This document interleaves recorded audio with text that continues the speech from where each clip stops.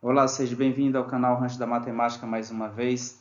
Hoje, dando sequência aos conceitos referentes a teoremas de Pitágoras, trouxe aqui um texto ao lado que diz o seguinte: o teorema de Pitágoras é uma relação entre as medidas dos lados de um triângulo retângulo. Então, aqui tem um triângulo retângulo, e esse triângulo retângulo, o que configura que ele é triângulo retângulo é este ângulo de 90 graus. Então, o triângulo precisa ter um ângulo de 90 graus para ser chamado de triângulo retângulo. Tá?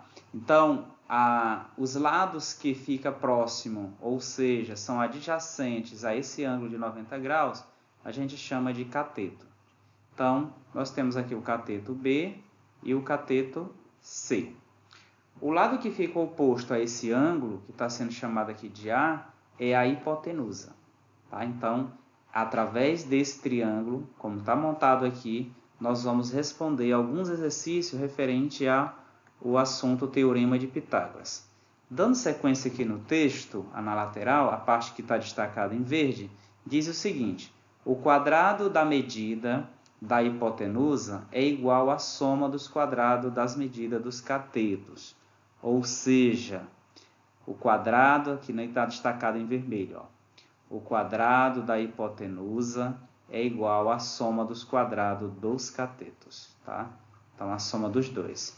Então, veja, nós temos um aqui, o outro aqui, e a soma dos dois catetos. Então, o quadrado da hipotenusa é igual à soma dos quadrados dos catetos. Então, veja, quem é a hipotenusa no triângulo? O lado maior. Esse lado maior aqui do triângulo é chamado de hipotenusa. Os dois lados que ficam próximo ao ângulo de 90 graus são chamados de catetos. Vamos aqui para dois exercícios. O primeiro exercício, que é esse que está na cor laranja, nós precisamos encontrar o valor de x. Observe que o valor de x ele será a nossa hipotenusa. Tá? Então, no caso do primeiro exemplo, do primeiro exercício, a gente precisa localizar a hipotenusa. Nós temos aqui o cateto 6 e o cateto 8. Já no segundo exemplo, a gente já tem a hipotenusa, que vale 10. Precisamos encontrar um dos catetos, que é o cateto B, e temos outro cateto, que é o 8. Então, vamos para o primeiro exercício, depois a gente faz esse segundo. Então, atenção para essa equação aqui, ó, que é a ao quadrado, que é igual a b ao quadrado, mais c ao quadrado. É ela que a gente vai utilizar para a resolução do primeiro exercício. Então, veja, temos aqui, no lugar da hipotenusa, a gente tem x. Portanto, eu tenho x ao quadrado, que é igual a 6 ao quadrado, mais 8 ao quadrado. Então, veja, eu tenho um cateto 8 e um cateto 6.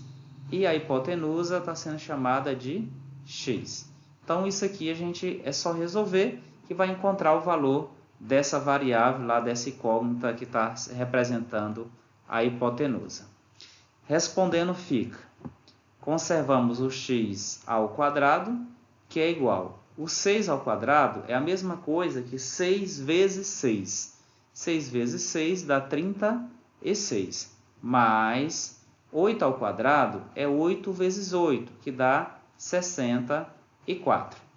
Portanto, x ao quadrado é igual a 36 mais 64 dá exatamente 100. Nesse caso agora, a gente tem um x elevado ao quadrado, ou seja, uma potência. Essa potência precisa passar para o segundo membro. E quando a gente passa a potência para um segundo membro, ela se transforma em uma raiz, em um radical. Veja, x é igual. Como a potência é expoente 2, então o índice da raiz precisa ser 2. Nesse caso, raiz quadrada de 100. Portanto, x é igual a raiz quadrada de 100 é exatamente 10. Então, nós temos aqui o primeiro resultado do primeiro exemplo, né, do primeiro exercício que foi colocado, que seria um triângulo que tem cateto 6, 8 e que a hipotenusa estava sendo desafiado a ser localizado esse valor, né? Então, nós encontramos aqui o valor 10 para ela. Então, veja, vamos agora para o segundo exemplo. Eu coloquei um exemplo baseado no primeiro, tá? Então, nós vamos para o exemplo 2, exercício 2.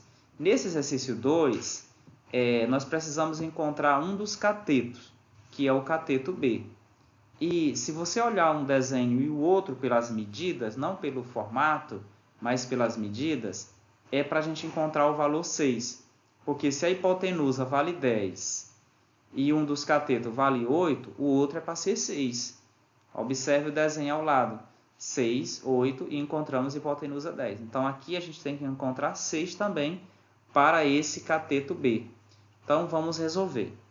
Observe que nesse caso aqui, a gente já tem a hipotenusa.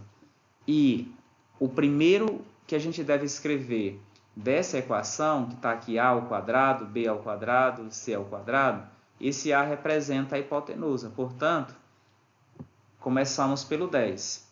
Fica 10 ao quadrado, que é igual a b ao quadrado, que é o cateto que a gente não sabe o valor, mais o 8 ao quadrado, que é o segundo cateto.